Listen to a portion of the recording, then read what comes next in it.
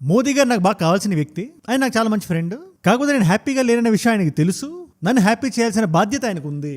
లేకపోతే ఇదివరకు ఏదైతే టారిఫ్లు గట్రా నేను వేసానో అంతకన్నా ఎక్కువ టారిఫ్ వేయడం నాకు ఎంత టైమో పట్టదు దానికి. ఇది ఎవరో చెప్తున్న మాట కాదు, డీజేటీ గారు వచ్చి ఆయన ఒక ఆడియో ఫైల్ ఒకటి వచ్చింది ఇంటర్నెట్ లో. Modi's a very good man. He's a good guy. He knew I was not happy, and it was important to make me happy. They do trade.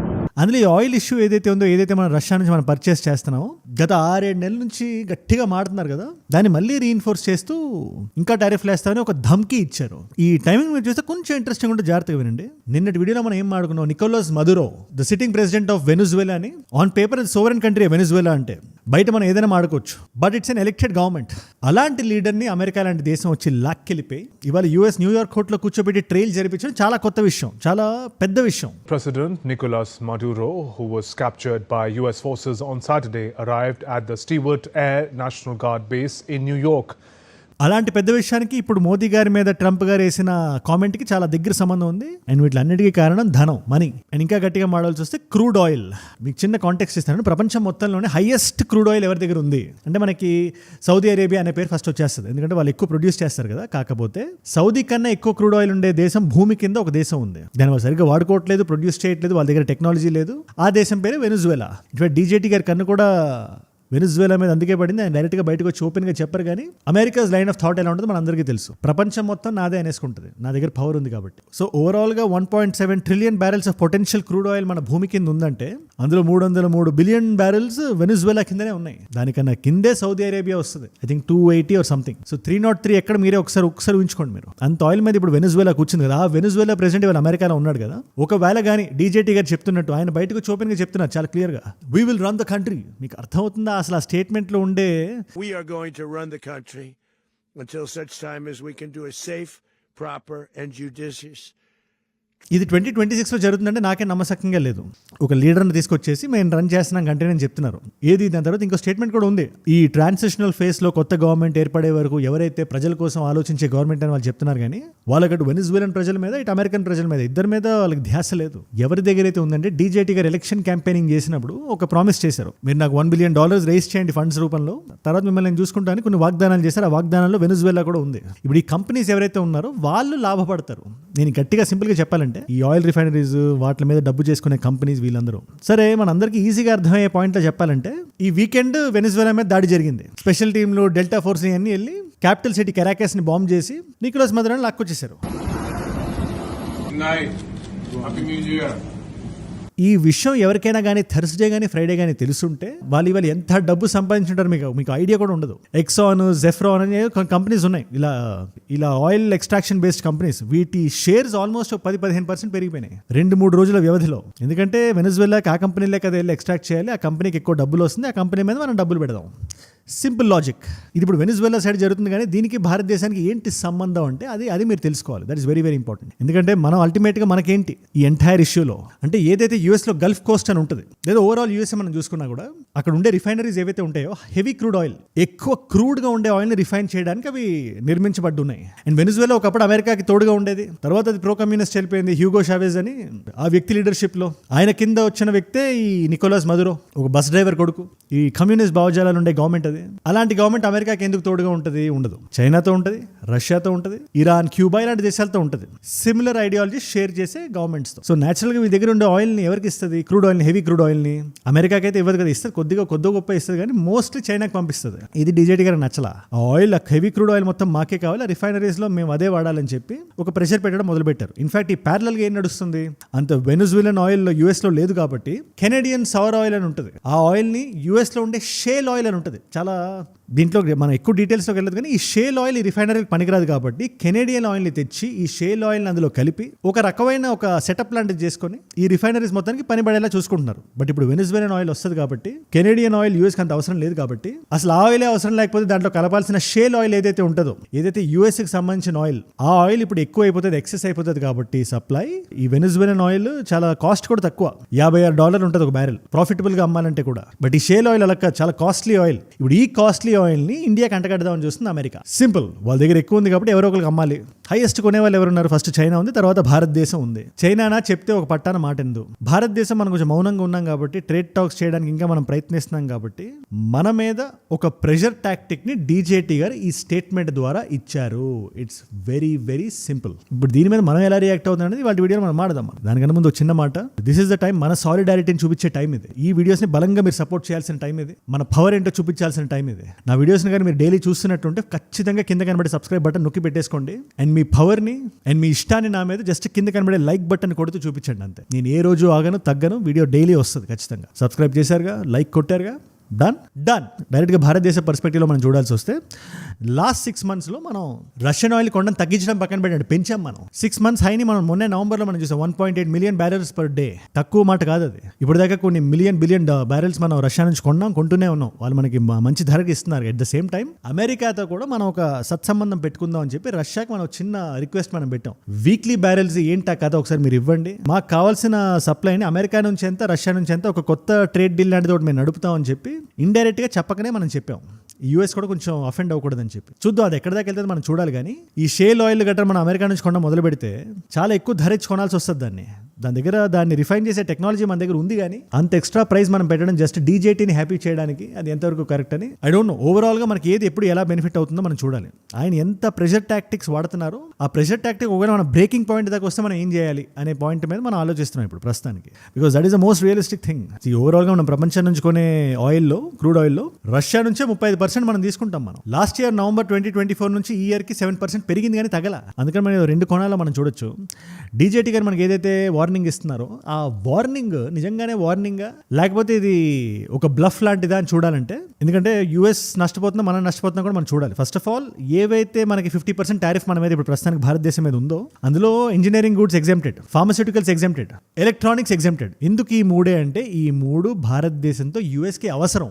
ఈ అవసరం అనే పాయింట్ ఉంది చూసారా, అది చాలా చాలా ఇంపార్టెంట్. ఇక్కడ రేపు పొద్దున్న మనల్ని ఎంత దూరం పుష్ చేస్తుంది అంటే, మన సైడ్ నుంచి ఏది లేకుండా యూఎస్ అయిపోయింది అనుకోండి. ఫర్ ఎగ్జాంపుల్ ఇవాళ యూఎస్ మన మీద టారిఫ్ వేసినందువల్ల మనం పోర్ట్ఫోలియోని డైవర్సిఫై చేయగలుగుతున్నాం.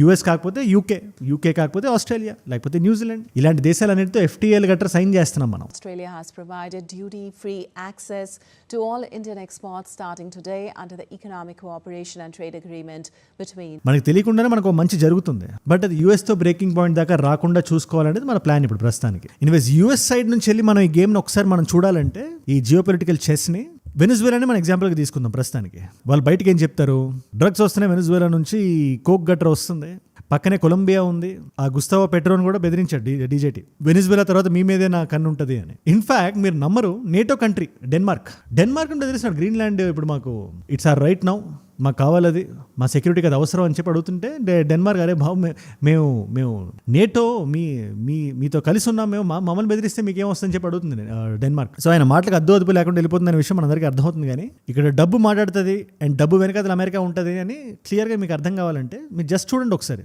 వెనిజువేలాలో 303 billion barrels of crude oil ఉంది కింద.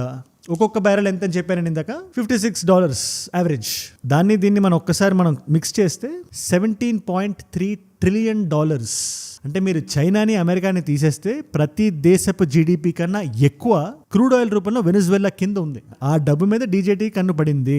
Clear, it's very very clear. ఇవాళ ఏమంటారు, జనాల కోసం, జనాలను ఆదరించే గవర్నమెంట్ కావాలని వాళ్ళు అది రావాలి అంటారు. ఆ గవర్నమెంట్ అంటే ఏంటి, అమెరికన్ కంపెనీస్కి గేట్లు ఓపెన్ చేసి మీరు రండి, తవ్వుకోండి, మీకు మీ టెక్నాలజీని ఇక్కడ వాడండి, తీసుకెళ్ళిపోండి ఆయిల్ అని చెప్పే గవర్నమెంట్ వాళ్ళకి ఇప్పుడు ప్రస్తుతానికి కావాలి. ఆ గవర్నమెంట్ ఇప్పుడు అపోజిషన్ పార్టీ ఇస్తుందా లేదా? ఇప్పుడు వెనిజువేలాలో కూడా చిన్న విషయం కాదు ఇది. ఎవరైతే వైస్ ప్రెసిడెంట్ ఉన్నారో నికోలాస్ మదురోని వాళ్ళు తీసుకెళ్లిపోయారు. సో వెనిజువేలా అమెరికా చేతిలో డైరెక్ట్ గా వచ్చేసిందంటే కాదు. అక్కడ ఎవరైతే వైస్ ప్రెసిడెంట్ ఉన్నారో, రాడ్రిగేజ్ అని ఆవిడ పేరు, ఆవిడ ససే మీరా, సమస్య లేదు, మేము sovereign country, we have the right to remain sovereign, ప్రసక్తి లేదు, మా దగ్గర నుంచి ఒక్క డ్రాప్ ఆయిల్ మీరు అలా పట్టుకోవడానికి వీలు లేదు, మీరు డిసైడ్ చేయడానికి వీలు లేదు, మా దేశాన్ని మేమే డిసైడ్ చేస్తామని చెప్పి ఆవిడ అంటున్నారు ఒక side. Revealing that there was only one true and ultimate objective, a complete regime change in Venezuela, and that this regime change would also allow for the capture of our energy resources, our mineral resources, our natural resources.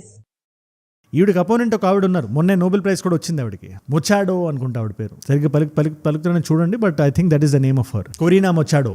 ఆవిడ America side ఉందా లేదంటే అది ఇంకా మనకు తెలియదు. Once అది మనకి clear అయిన తర్వాత, ఒకవేళ ఆవిడ కానీ రేపు వస్తే అమెరికాకి మరీ లీనియంట్గా ఉండి బికాస్ ఆవిడ కమ్యూనిస్ట్ భావజాలతో ఉండదు. సో చైనాకి రష్యాకి ఎక్స్పోజర్ ఇవ్వదు. సో ఆయిల్ ఎవరో ఒకరికి ఇవ్వాలి కదా, అది అమెరికాకి ఇస్తుందా అని చూడాలి మనం. బట్ ఇంత డబ్బు ఉండడం వల్ల $17.3 ట్రిలియన్, దాని సగానికి సగం మనం కట్ చేసినా కూడా 8, దాంట్లో ఇంకా సగం చేస్తే 4 ట్రిలియన్. అది వాళ్ళ భారతదేశపు జీడిపి. నేను జస్ట్ కాంటెక్స్ట్ కోసం చెప్తున్నా మీకు, ఎంత డబ్బులు అక్కడ క్రూడ్ ఆయిల్ రూపంలో కింద ఉంది అని. అఫీషియల్గా భారతదేశం రియాక్ట్ అయిందా లేదంటే అయింది. డీప్ కన్సర్న్ అని చెప్పి ఒక అఫీషియల్ పోస్ట్ వచ్చింది. కానీ ఎవరైతే లెఫ్ట్ పార్టీస్ ఉంటారో విత్ ఇన్ ఇండియా, వాళ్ళు మొత్తం మనం ప్రొటెస్ట్లు చేయాలి. For example communist party of India ఒక పిలుపునిచ్చింది, భారతదేశం మొత్తం వెనిజువేలా అమెరికా దాడి చేసినందుకు, ఆ లీడర్ని అలా పట్టుకెళ్ళినందుకు మనం ప్రొటెస్టులు చేయాలని చెప్పి. ఐ డోంట్ నో ఇండియాలో చేయడం నాకు తెలియదు, బట్ స్టిల్ వాళ్ళైతే పిలుపునిచ్చారు. అందుకే వెనిజువేలాకి సంబంధించి 4 పాయింట్లు చెప్తున్నారు. ఏది ఆన్ పేపర్ ఇది అమెరికా చెప్తుంది. ముందు లీడర్షిప్ రిమూవ్ చేసి పాయింట్ నెంబర్ 1, తర్వాత తద్వారా రాబోయే ఒక లాంగ్ వార్. ఇప్పుడు అక్కడ నికోలస్ మదురో ఉంటే చాలా పెద్ద యుద్ధం జరిగేది, ఆ యుద్ధాన్ని మేమే ఆపినట్టు ప్రియంప్టివ్ గా స్ట్రైక్ చేసి, మూడోది ఒక గ్లోబల్ మెసేజ్ ఒకటి పంపించి, ఇలాంటి ఫ్రాడ్లు చేసి మీరు డెమోక్రసీలా గెలిచేసి ఇది ఎట్లా చేస్తారని చెప్పి. ఫ్రాడ్ జరిగిందా లేదా అమెరికా ఎట్లా చెప్తున్నా నాకు తెలియదు, but still America is saying it. ఇకపోతే 4వది ట్రాన్సిషన్ జరిగేవతో ఒక లీగాలిటీని మేము క్లెయిమ్ చేస్తాం, మేము మిమ్మల్ని చూసుకుంటాం అని చెప్పి. కాకపోతే అమెరికా ఇప్పుడు ఇట్లా ఎప్పుడైతే చేసిందో, అది 1989లో పనామా అయినా, 2001లో ఆఫ్ఘనిస్తాన్ అయినా, 2003లో ఇరాక్ అయినా, ఇన్ఫాక్ట్ సద్దాం హుస్సేన్ ని కూడా ఆఖరికి అమెరికా దాకా తీసుకురాలేదు ఈ జార్జ్ బుష్. ఆ టైంలో ఇరాక్ లో అతని ట్రైల్ జరిగింది. ఈ 3 కేసులు మనం ఎగ్జాంపుల్ తీసుకుని మనకి ఏం కనబడుతుంది? ఫస్ట్ సక్సెస్ వచ్చేసినట్టు అనిపిస్తుంది. ఇప్పుడు వెనిజువేలాలో కూడా సక్సెస్. నికోలస్ మదురో ఇప్పుడు దాకా లేనట్టు, ఇప్పుడు దాకా రానట్టు అమెరికాకి తీసుకొచ్చాం మేము, మా కస్టడీలో ఉన్నాడు. Point number 1. రెండోది, ఏదైతే ఇప్పుడు మీరు చేసిన ఆ మెస్ ఉందో, ఆ మెస్ని మీరు ఫుల్ఫిల్ చేయడానికి చాలా డబ్బులు, cost, time, effort, money, people, ఇవన్నీ అక్కడ పెట్టి, ఇదంతా ఏంటి మళ్ళీ US ట్యాక్స్ పేయర్స్ మనీ. ఇదంతా చేసిన తర్వాత ఏమైనా పాజిటివ్ అవుట్కమ్ వస్తుందా లేదా అంటే అది ఒక మిక్స్డ్ అవుట్కమ్. ఫైనల్గా ఇరాక్ ఏమైంది, ఆఫ్ఘనిస్తాన్ ఏమైంది, లిబియా ఏమైంది, అది ఒకసారి మనం చూడాలి. అది వెనిజువేలాలో రిపీట్ అవ్వకుండా వాళ్ళకి కావాల్సింది వాళ్ళు లాగేసుకొని అక్కడ ప్రజల గురించి ఆలోచించకుండా చేస్తుంటే ఎంతవరకు కరెక్ట్ అని ఆయన్ని అందరూ అడుగుతున్నారు ప్రస్తుతానికి. Even America is questioning. New York టైమ్స్లో ఈ ఆర్టికల్ చూడండి ఒకసారి, మీరే చూడండి, మీకు అర్థమవుతుంది. అక్కడ జోరాన్ మమ్దాని కూడా it's an act of war, మీరు ఎంతైనా చెప్పనివ్వండి అది నేను ఖండిస్తున్నాను చెప్పి అంటున్నాడు ఆయన. ప్రస్తుతానికి ఆయన న్యూయార్క్ సిటీ మేయర్, ఎందుకంటే న్యూయార్క్ అయితే పట్టుకెళ్ళారు కాబట్టి నికోలస్ మదురో అని చెప్తున్నా, ఈయన ఏమంటున్నాడని. ఫైనల్గా ఇది భారత్కి ఎటువంటి ఎఫెక్ట్ తీసుకొస్తుందని మనకు సమాధానం చెప్తుందని నేను భావిస్తున్నాను నేను. ఎందుకంటే ఆ ట్రేడ్ డీల్, అది ఏదైతే డీజేటీ గారు సడన్ గా ఇండియా మీద ఇంట్రెస్ట్ పెట్టారో, ఒక ధమ్కి ఇవ్వడానికి చూసారు. ఆ ధమ్కీని భారత్ ఎలా తీసుకుంటుంది, ఎలా రిటాలియేట్ అవుతుంది, అది బ్లఫా కాదా, మనం ఎంత క్విక్ గా మనం అండర్స్టాండ్ చేసుకుంటాం, దాని పర్యవసానాలు ఏంటో మనం ఎంత క్విక్ గా మనం జడ్జ్ చేయగలుగుతాం, వీటి మీద డిపెండ్ అయి ఉంటుంది.